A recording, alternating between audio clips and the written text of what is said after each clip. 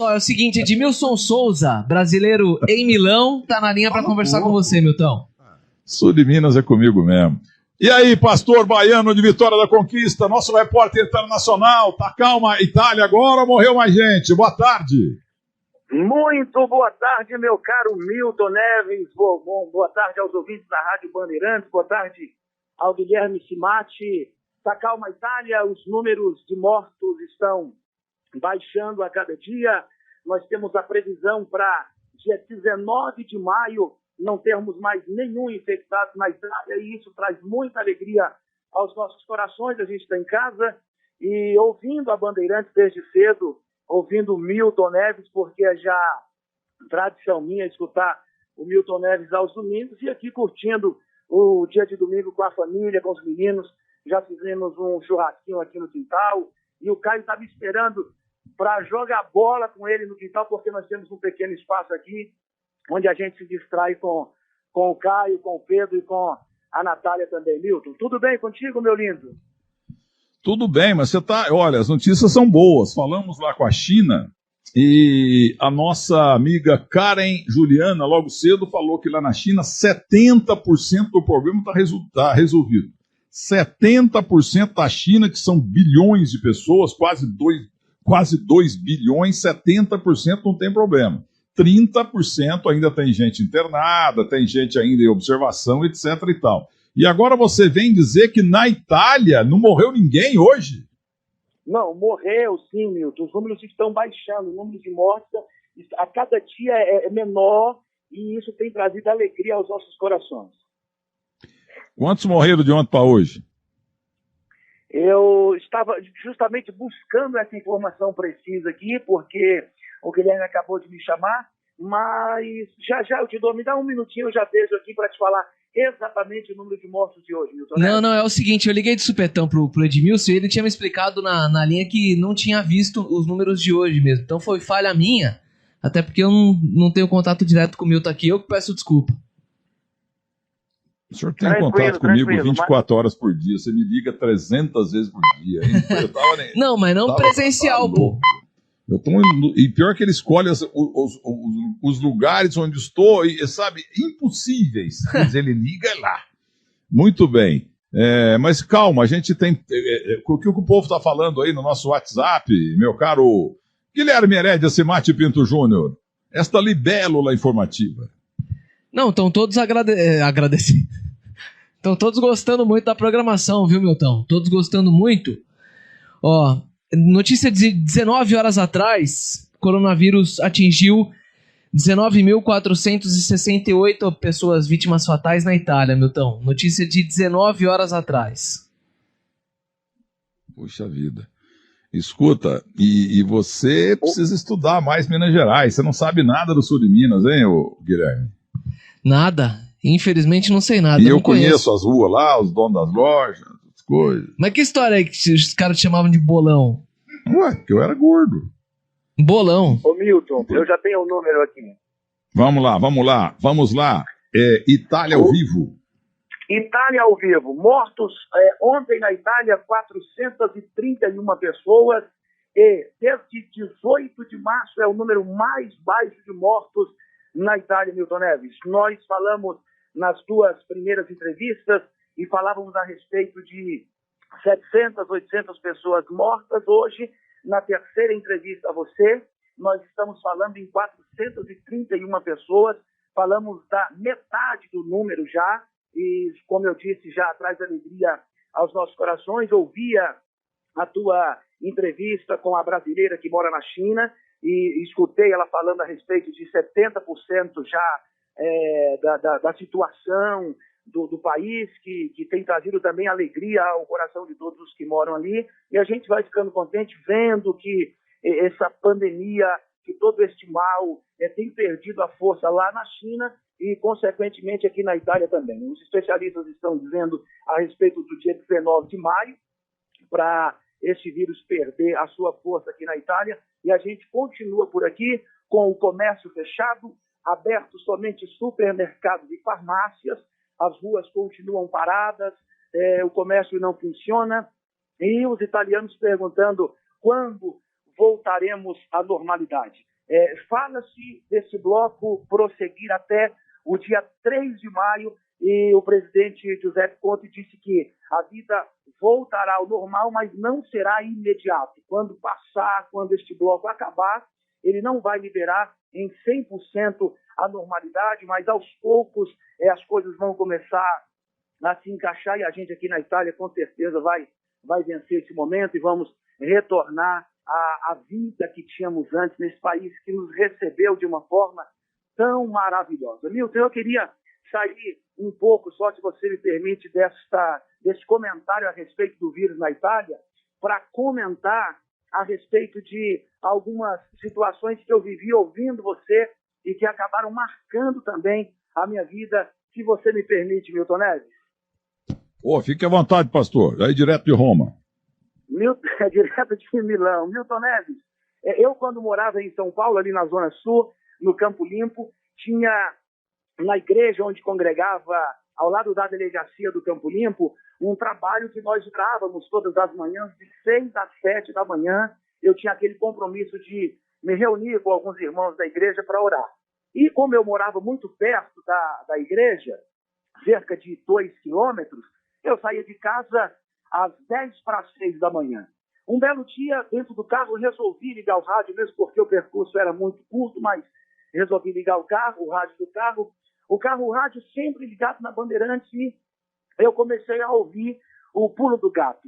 E, de repente, o José Paulo de Andrade chama Milton Neves. Eu disse, mais uma hora dessa, Milton Neves participa também de programa de rádio. E aí vi que era uma gravação que você deixava contando histórias da bola, histórias do futebol.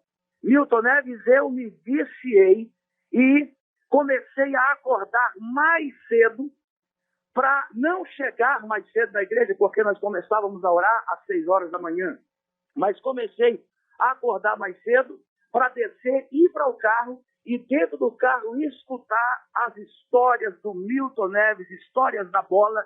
E como o José Paulo sempre dizia, ele não inventa, mas de vez em quando dá uma exagerada, mas confesso a você que dei muitas risadas com muitas histórias como aquela que você contou do Santos, que foi jogar no interior de São Paulo, e que eles iam em uma Kombi, e que de repente um dos jogadores lá se engraçou com uma das meninas que trabalhavam no hotel, e um outro precisava pegar a camisa e o encontrou numa situação meio desconfortável e acabou pegando a camisa e foi pro jogo. Mas de todas as histórias que ouvi de você, a mais emocionante, sem dúvida, foi aquela onde você, ainda menino, adolescente, foi até uma cidade do interior de São Paulo ver o Santos jogar e voltou para casa abalado, impressionado, emocionado, com a certeza de que o Pelé havia olhado para você, havia visto você. Isso,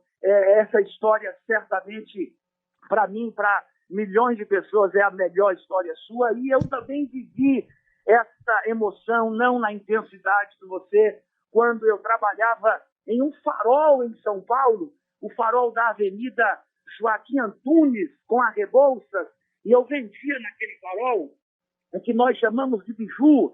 Foi a forma que eu encontrei naquele momento da vida para ajudar também a minha casa, a minha avó, e vi o Pelé. E o Pelé não só me viu, como me deu um tchau, Milton Neves. E quando eu cheguei em casa e falei para meu avô, o finado seu Arthur, vovô, eu vi o Pelé hoje, vovô. O Pelé me deu um tchau. O meu avô disse, menino, tu tá ficando doido. Onde é que tu estava que tu viu o Pelé? E eu disse, eu vivo lá no farol que eu trabalho. Eu, no meio dos carros, ele estava numa Mercedes marrom, com o motorista, ele me deu tchau. E meu avô custou acreditar que eu vi o Pelé um dia e que o Pelé ainda me deu um tchau. Uma outra emoção também parecida com essa sua foi quando eu estava trabalhando nesse mesmo período, mas em frente à escolinha do Rivelino, e um dia parou no farol o Rivelino.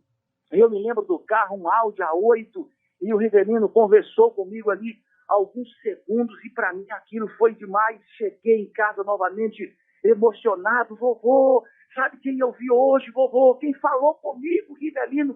E o meu avô disse, mas é impossível, Rivelino e Milton, quando eu ouço você falar a respeito da tua emoção, a respeito de tudo que você viveu com o futebol, com o Santos e as suas histórias, eu me emociono porque eu entendo bem o que é fazer parte de uma família simples, o que é ter uma vida pobre, de repente você ter contato com essas estrelas, com pessoas tão grandes, é realmente emocionante, meu caro Milton Neves.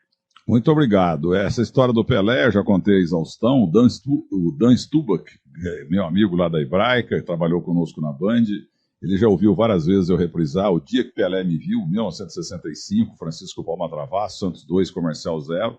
Teve um lateral, a bola espirrada, o Pelé veio pegar na muretinha e eu estava ali no meio de uns 60 pessoas e tal, todo mundo exprimido. E ele se levantou, pegou a bola, levantou, olhou para frente, né, bem em mim ali, mas ele não me viu porcaria nenhuma, ele viu um vulto branco, né, as pessoas todas ali exprimidas, né, mas eu botei na cabeça com 13 anos que o Pelé me viu, e isso até hoje, o Pelé me viu, e o Dan Stubach que fala que isso daria um belo filme, quem sabe amanhã. E em relação a esse jogo aí que você falou, na situação estranha, você como pastor não quis contar toda a história, 1964, ou 63, o Santos foi jogar em Piracicaba. E naquele tempo não tinha esse negócio de concentração. Chegar 2 dias lá na cidade, num belo hotel 5 estrelas e tal. O Lula reunia a turma lá na Vila Belmiro, o jogo era domingo, 4 da tarde. Entendeu? Antes era 3 da tarde, porque não tinha iluminação nos estádios. Então o jogo era às 4 da tarde. Então lá pelas 5, 6 da manhã, os jogadores iam chegando. O Pepe chegava de bicicleta. Tanto é que um dia o Santos deu um Fusca. Deu um Volkswagen 1300 para o Pepe.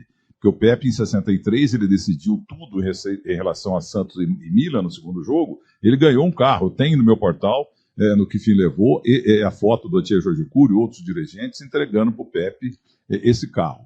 E os jogadores chegavam. Eles vinham a pé, cada um com a sua chuteira na mão, ou alguns chegavam lá de táxi e tal.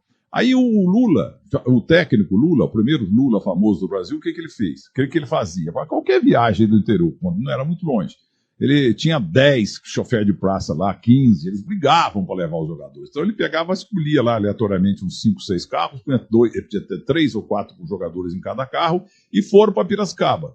Chegaram lá em Piracicaba, saindo 6 da manhã, sei lá, chegaram lá meio-dia, 1h, ficaram numa pensão ali perto do estádio, lá em Piracicaba. E comeram um lanche e tal, e cada um foi para os seus quartos, e o Pepe estava no quarto do Haroldo, Teodorico Haroldo de Oliveira, zagueiro do Olaria, que jogou num célebre jogo em Muzambinho, Olaria 14, Santos Muzambinho 1, e o filho dele hoje trabalha com petróleo em Houston, no Texas, vive mandando e-mail para mim e tal, já morreu, Teodorico Haroldo de Oliveira, chamado de O Sombra. Ele jogou a segunda e a terceira partidas do Santos com o Milan na decisão do Mundial de Clubes de 63. Beleza, aí os jogadores, cada um lá, 2-2 nos quartos lá, e o jogo era 4 da tarde, quando deu 2 e pouco, o Lula foi avisando, né, o Macedo, o massagista, foi batendo na porta para chamar os jogadores, porque os jogadores já tinham que estar já de uniforme, chuteira, meia, calção, camisa, entrava na Kombi e o time ia pro campo lá e jogava, né, beleza. Até nesse jogo, o Pescuma e o Coutinho, estava 1-0 pro 15 Piracicaba, o Pescuma e o Coutinho foram expulsos de campo. Aí o Santos virou, esse jogo foi transmitido pela TV Record, Raul Tabajara. Aí o Pepe conta que ele estava com o Haroldo no banco, no quarto, e o Pepe saiu e deixou o Haroldo lá, porque chegou uma camareira. Então o Haroldo piscou pro Pepe, e o Pepe se expôs, né? Foi embora, né? Ciscou fora. Então, e estava todo mundo na Kombi, só que cadê o Haroldo?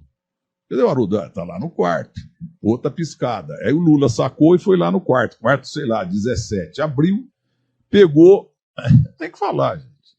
Isso aí quem me contou foi o Pepe, e foi o Zito também.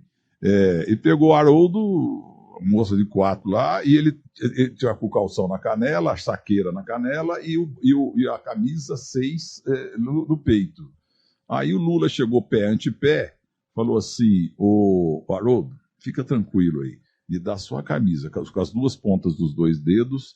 Ele levantou a camisa, tirou a camisa, largou o Haroldo lá. E botou o Oberdan, o Marçal, botou um outro zagueiro que sempre levava um goleiro reserva e 2, um atacante e um zagueiro para ver se podia ter. Porque não tinha substituição, mas alguém podia se sentir mal, como o Haroldo estava em êxtase no outro sentido. Entendeu? Então o Haroldo foi pego em flagrante com a camareira e acabou não jogando. Foi essa história ipsis literis que eu ouvi, viu, meu caro pastor?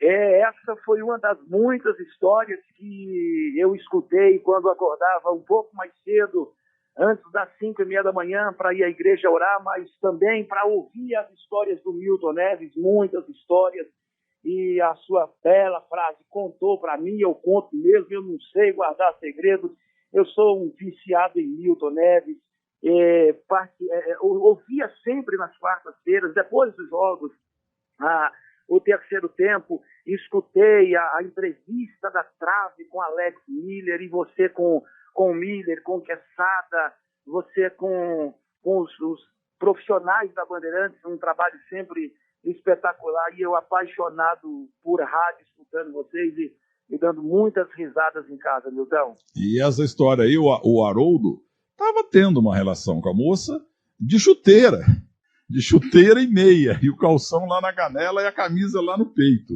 São coisas da época romântica do futebol, né? Mas que realmente isso aconteceu mesmo, porque um morreu, o Zito, o outro, o Pepe, está vivo, eles me contaram. E contou para mim, eu conto mesmo. O Teodorico Haroldo Oliveira, o Sombra, ele fez parte da zaga titular do Santos no Campeonato Paulista de 64 também. Modesto e Haroldo. O Modesto está deficiente visual e está muito mal de saúde em São José do Rio Pardo. Ele jogou também no Batatais, na Prudentina, no Santos e no Curitiba. No Curitiba ele jogou com um olho só. Ele já estava cego no olho. Agora ele está deficiente visual dos dois olhos, numa situação muito complicada na querida São José do Rio Pardo. Aqui um pouquinho de história. História comigo. Quebrando esportivo não pode ser esse paraquedista que vai se deslizando, sabe, o que pega no corrimão do puxa-saco, sabe? Igrejeiro, fica ali, o cara não é do ramo, não sabe nada. Teve uma anta que falou uma vez, eu escutei, que o Aladim, ponta esquerda, ele era sobrinho do Jair da Rosa Pinto. Primeiro que é um burro, porque o Jair Rosa Pinto nunca admitiu de ser chamado de Jair da Rosa Pinto, ele tinha ódio disso. O nome dele era Jair Rosa Pinto. E outra, que o sobrinho dele era o Roberto Pinto. O cara não é do ramo. O cara que, sabe, um cara que sabe, de computador. E de repente resolve ser jornalista. Não é do ramo. Não é raiz, igual o PVC, sabe? As histórias do Tostão. Esses jornalistas nasceram para isso. Paulo Calçade, Cláudio Zaidan. Esses caras que são do ramo. Milton Neves. A minha formação foi no rádio. Escutando, lendo Gazeta Esportiva emprestada, a revista do rádio emprestada, assistindo televisão no vizinho, entendeu? Olha, é isso agora. Paraquedista, ainda mais ordinário, entra no futebol e dá nisso. Vira igrejeiro, traficante de influência, entendeu? Fica fazendo média para fazer com política e tal, para ver se apruma na vida. É uma indecência. Então essas histórias que eu conto, eu vivi. Ou ouvi. Eu nasci para fazer 3 coisas: rádio esportivo e rádio esportivo. E faço e bem também. Jornal, internet, televisão e etc. No terceiro tempo meu, domingo à noite, tá 21 anos no domingo à noite. Em televisão grande, hein? Band, Record e Band. E sem puxar o saco de ninguém. Principalmente de política. Você já pensou um cara, hipoteticamente, porque é um absurdo, um cara um dia foi malufista, depois vira comunista? Vai pro esquinto dos infernos. Ô Tesourildo, o que você determina aí, meu filho? Eu tô na tua mão, mas eu quero abraçar aqui o Walter B. de Andrade, da Porsche Cayenne, a pedido aqui da Stuttgart, a pedido de Ulisses Costa, que está fazendo aniversário hoje. Aline Rubo, da Avenida Ministro Evandro Lins e Silva, lá em Guarulhos, sou cidadão de Guarulhos também. O que nós vamos ter agora? Vamos dispensar o Edmilson. E eu queria abraçar você, viu? Então, uma bênção aí para os evangélicos, por favor. Não precisa ser em italiano hoje, não. Em português mesmo, porque hoje é Páscoa. O que você quer falar da Páscoa aí na terra da Páscoa? Antes de falar da Páscoa, Milton, eu quero trazer somente os números aqui, os números da Itália, porque a gente fez isso das outras vezes também. Casos totais são 102.253, mortos 19.468, curados 34.211, e ontem nós tivemos 1.677 pessoas curadas, 431 pessoas mortas E a minha palavra para o Brasil, a minha palavra para todos aqueles que nos ouvem nesse momento é que nós continuamos daqui da Itália, orando pela Itália, orando também pelo Brasil, pedindo aos familiares e amigos, aqueles a quem eu tenho contato, de continuarem obedecendo todas essas restrições, porque através disso nosso país vai se livrar o mais rápido dessa pandemia, desse mal, e logo, logo a vida de todos nós voltará ao normal. E a gente segue aqui ouvindo você, Milton Neves, ouvindo a Rádio Bandeirantes e matando um pouco da saudade de vocês, matando um pouco a saudade do Brasil. E eu dizia naquela minha visita a Bandeirantes, onde você me recebeu tão bem, Milton, e você me respondeu, eu disse: Milton Neves, você é um camarada espetacular, nasceu para o rádio esportivo e quando morrer vai fazer muita falta. E você me disse: pastor, e esse camarada grandão assim, igual eu, não costuma durar muito não. Mas, Milton, eu oro e peço a Deus que te dê muita saúde, muitos e muitos anos de vida, que você continue trazendo alegria aos nossos domingos, às nossas quartas-feiras de futebol, trazendo muita alegria e muita vida ao rádio esportivo brasileiro, Milton Neves. Deus te pague, pastor. Grande abraço para você. A gente volta a falar domingo que vem, tá bom? Um beijo, Milton. Que Deus te abençoe. Deus abençoe todos os ouvintes da Rádio Bandeirantes.